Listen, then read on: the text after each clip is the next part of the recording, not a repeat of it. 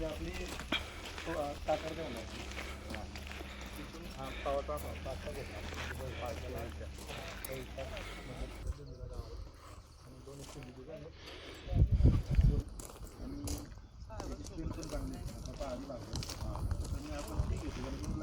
आणि 3 वर्षापासून मंजूर आहे.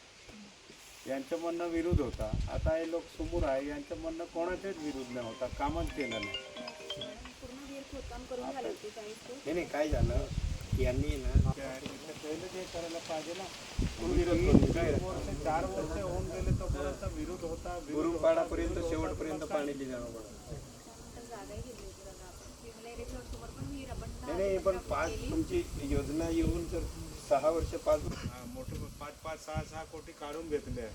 आणि काय तर पाईपलाईन करून दिली. हे एडिया चांगली आहे. पाईपलाईन दाखवून द्यायचे, पैसे काढून घ्यायचे. लोकांना पाणी नाही भेटलं चालेल 5 वर्षामध्ये, पण पाईपलाईन झाली म्हणजे खर्च दाखवायचे.